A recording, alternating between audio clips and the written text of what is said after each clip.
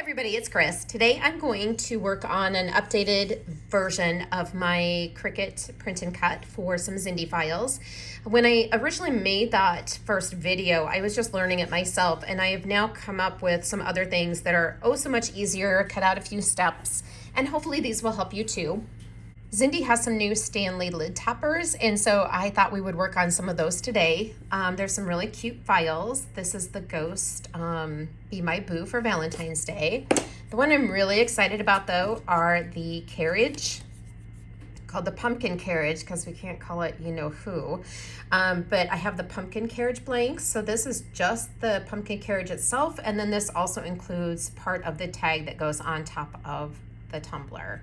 So as you can see, I've already got a few things on the screen here. Let me kind of move this up a little bit closer so that you can see what I've been working on. I thought I would show you a little bit more about how I came up with this file, as well as how to do a print and cut by adding a pattern to it.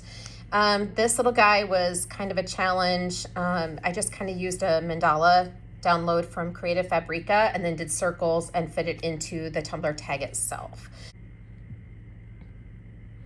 Okay, so I'm just going to click view all images because I have quite a few images here. This is the image that has the tag attached to it.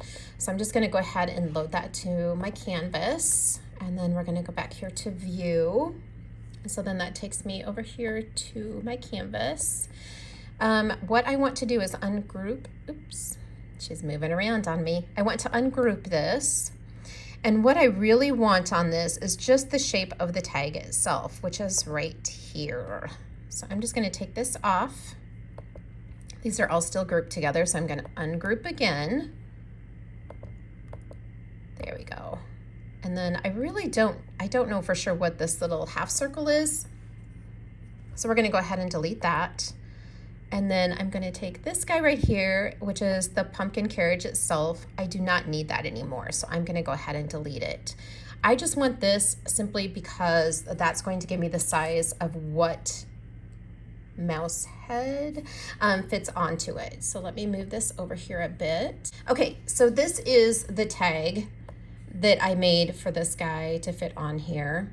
And if I bring this to the front, then you'll be able to see that it fits right into that space where this tag is.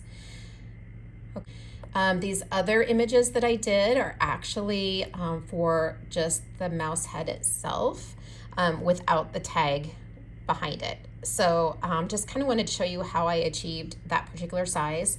This is a super easy print and cut, and you can fill it with a pattern.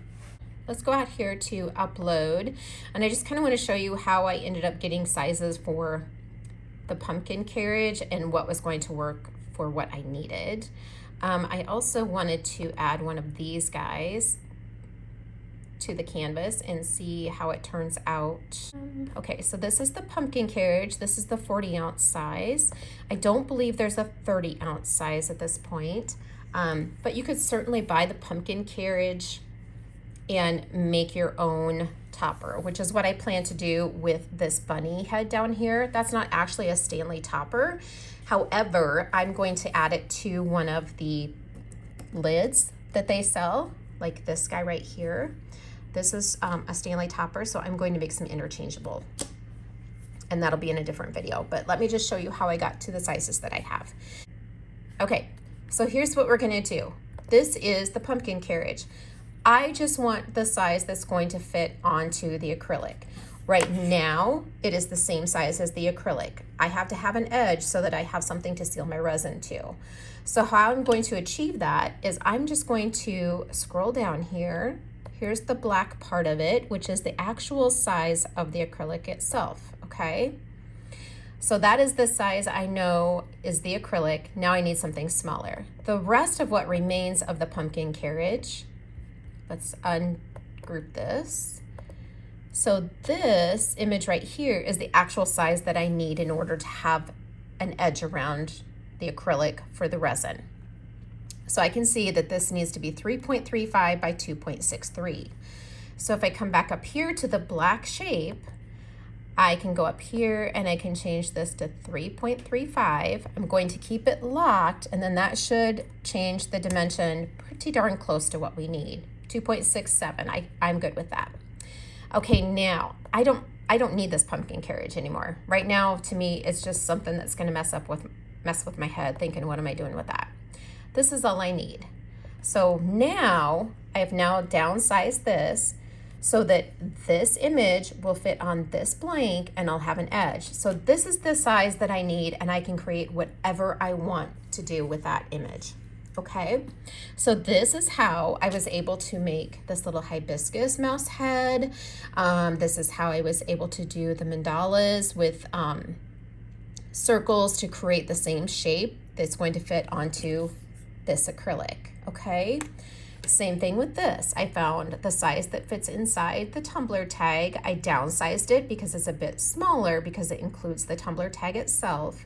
And so then I just made that smaller, and then it's just simply figuring out what do you want to do with it.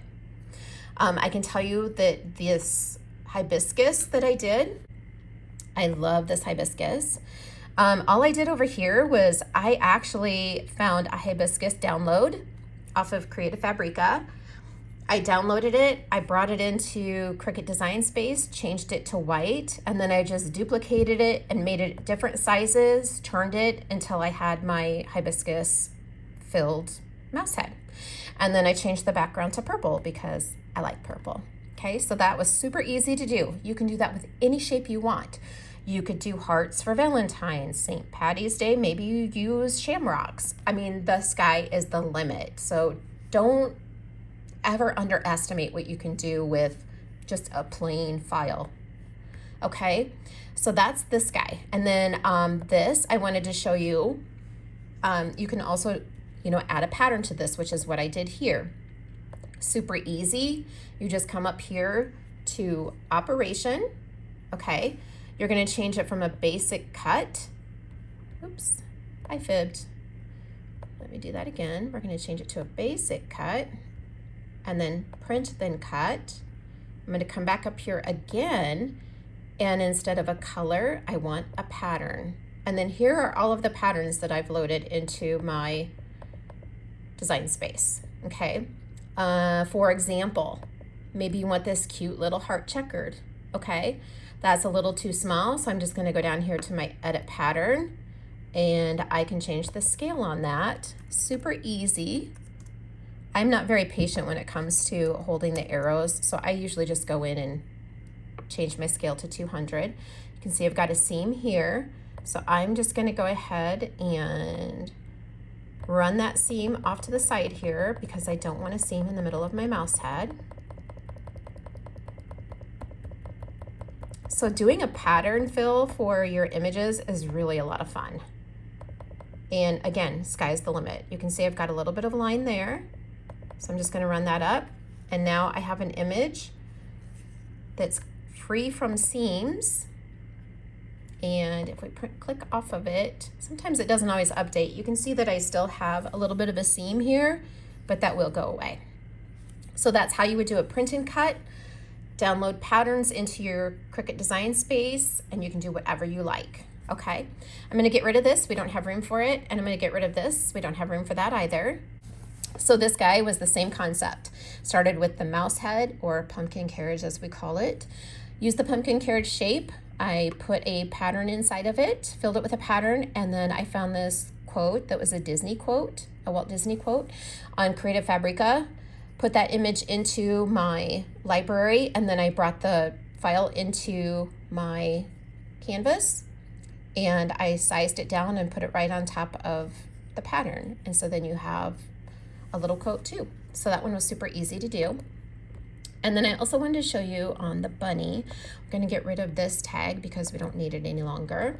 I thought this one would be really cute. So these images are going to be printed onto clear or translucent. It's not really clear. It's kind of translucent vinyl. It's one of my favorite things to do because you can really see the glitter behind it. And I decided the bunny head would be super cute on that particular vinyl. So what I'm going to do is I'm just going to show you real quickly. I'm going to move this up a bit and make it larger so you can see a little better. Sometimes when the files come in, they don't come in as you might want them. They kind of, sometimes they actually all come in and they look perfect, and then other times they come in little pieces. So what I'm gonna do is I'm gonna come over here to my ungroup, and I'm going to ungroup these pieces because I know that I need to move this bow is going to go up here. So I just grab that, I move it up, and I center it where it needs to be until I have a nice reveal all the way around it. And as I know already, if you look over here, I just grabbed the bunny ears, but you can see that the stripes, these two stripes here, are up here. So I'm just gonna use my shift button and move my mouse over here and grab the stripes as well. And then that will move this entire thing into place. So now I'm just gonna go ahead and line up my bunny ears and get everything looking cool. And then the last thing I have is the little flower cuts. So I'm gonna take this and I want to make sure that it's not, I'm just gonna grab this again, okay. And then this guy is supposed to sit down here at the bottom. So I'm just gonna center this so that the lines are at the bottom of the bunny, just like so. Now, as I said before, let's go ahead and group this so we don't mess up and move things that we don't want moved. As I said before, remember this black outline is actually your file, or excuse me, the black outline is actually the acrylic. And we do not want our image to be as big as the acrylic, do we? So we're gonna go up here, we're gonna go over here to the side, and we're gonna find that black piece. Here's the bow bunny. And we're gonna move that over, so we don't want that piece. Now, I personally love a black outline around some of these images. I think it looks super cute. So in order to add a black outline, I'm going to come up here to the offset, and this will help me to create a black outline of the image. And I usually try a 0.02, and I'm going to apply that. And you can see, let's cancel that. And let me move this over so you can actually see it. Okay, so we're gonna do an offset. Now, when you originally go in there, it goes to 0.25. And if we give it a second, it should show us what that looks like on this image. But if I come up here and I try to change it, we're gonna change it to 0.02. And if I apply it, it should show me where that outline is. Okay, so that was actually 0.025 because you can see it's huge. So we're gonna delete that and we're gonna try this again, and I'll be a little bit more patient. Offset, there we go. So see how it says 0.25? This is what 0.25 would look like. We don't want it that large. So I'm just gonna go up here. I'm gonna say 0.03. If I give it a moment, it should shrink down, and that blue line should show me what 0.03 would look like on this image. Or if you're impatient, like Chris is, we'll do an apply. And sometimes you can apply it and it will show you where that outline will be, which is exactly what I want. And then I'll apply it, okay? And it's already turned it to black, which is exactly what I wanted. If it would have came in a different color, I would just go back up here and change it to black. Sometimes I find that my offsets will come in as like a gray. Sometimes they come in as blue, which I'm not sure where that comes from, but it does. So you just go over here, click on the offset, change it to black, okay? Now this one is good. I am gonna change it to a print then cut.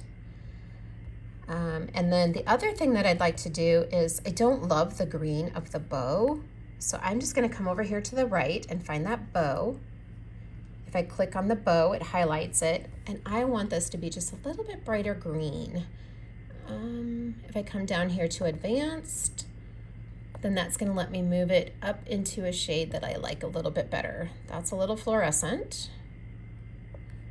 There we go. Okay, so it's that simple. I could change anything on this image that I want to change. Okay, I'm just gonna go ahead, grab all of this. I'm going to group it again. I'm going to come up here to my operation and change it to print then cut. There we go. And then that kind of takes away some of the extra lines so you can see how it's really going to look, okay? Now let's move this guy over into place. I'm gonna make this a little bit smaller here. The other thing that I wanted to show you too is, I've really got this big so that you guys can see it. So this is an image for another blank. I found this image on Creative Fabrica, and Zindee has the blank, which I purchased. I did not realize when I ordered it that it was actually a blank that does not come with a file. You have to actually buy a sticker for it. However, someone said that they found the design on Creative Fabrica and that was not a Zindee Studios original. So I went on to Creative Fabrica and found it. But what I wanted to show you was, okay, I'm gonna get this up a little bit closer for you. If you notice that around the image, do you notice all of the, do you see the graph behind my image, just like the rest of my screen is? That means that this is going to count. That means there's nothing really behind it to tell my Cricut what to cut. So if I don't put something behind that image, it's going to cut out every letter and every little heart, the whole 9 yards. So I'm going to show you how to fix that if you have an image that you bring in that doesn't actually have a background to it, if you will. I'm going to come up here to my offset and let me move this guy over to the side so you can see what we're doing. Because again, got to watch what you're doing. Okay, so offset, I've got it set at the 0.03, which actually looks pretty darn good. I could probably bring it in just a little bit, but really that's going to capture all of my, all of the writing around it. It's not cutting out the skull by itself, so that actually looks pretty good. I'm going to go ahead and apply that. Now, what it did was it made the offset black. It's kind of cool, but I don't necessarily want all of that black on there. So I'm just going to come up here to my little black square and I'm going to change that to white. So now if you notice how all of the grid is gone behind the image. Let me see if I can, there we go. Now you can see it a little bit better, I think. So now it's white behind the image, and that's exactly what I want. So what I'm going to do then is I'm going to grab this so that I can group all of this together so that the whole thing stays together. I'm going to group it so that I have all my little outlines. Okay, so that's how I was able to fix that image so that I can print it. Okay, and then let me move this back. And the other thing that I try to do is to make sure that I'm using every bit of my paper and I'm getting every dollar that I possibly can out of my printing to make sure that I am getting as many images on this little guy as I possibly can. Okay, so now that I have all of my images on here, I'm just going to go ahead and grab the corner down here, go up, hold my mouse, grab all of those images. I'm going to group them all together. And then I'm going to flatten them. You want to make sure that you flatten your images so that when it goes to the printer, everything stays together, your pieces all stay together, everything prints happy, okay? And then we're going to click Make, and we're going to send it to our printer.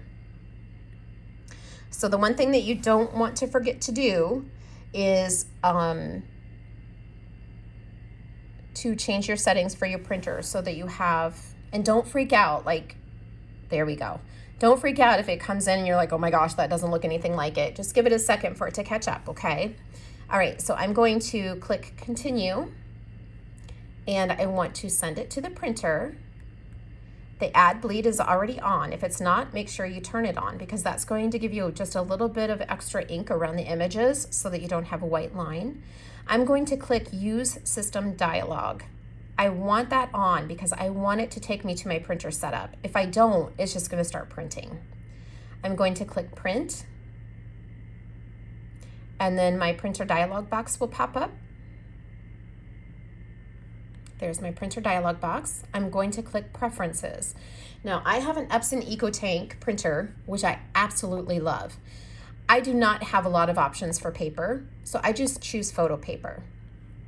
The other thing that you don't want to forget to do is to change your output quality to high quality. Whatever that is on your printer, just don't keep it as normal quality because you will not be happy with the images you get. It has to be high quality. So change it to photo paper, glossy paper, whatever options you have. This is what works well for me for my Epson printer. And then I'm going to go ahead and click OK, and then I'm going to tell it to print. Once I have the images printed, I'll load those onto my cutting mat. I always use the printable vinyl option. If I have a brand new blade, then I will change the pressure to less pressure so it doesn't cut through my paper. Once I have those cut out, then I'm ready to start adhering those to my acrylics. Please let me know if you have any questions. I will put the links down below to the printable vinyls that I use. As I said, I do have an EcoTank, Epson EcoTank printer. If you don't have a printer to do this particular type of project, I highly recommend the EcoTank. I bought it a year and a half ago. I have printed so many things on it, guys, and I still haven't added ink to it. The print and cut is so much quicker than layering vinyl. And I know there are a lot of people out there that love to layer vinyl. I don't have the patience for it, nor the time. I think it's beautiful, don't get me wrong, but I also love the images that I end up doing on my print and cut, and I can do a lot of customization to it. You know, you can fill anything you want with a different pattern. Possibilities are endless. So please let me know if you have any questions. I hope you enjoyed this video today. If you haven't already, please like and subscribe, and I'll catch you next time. Bye-bye.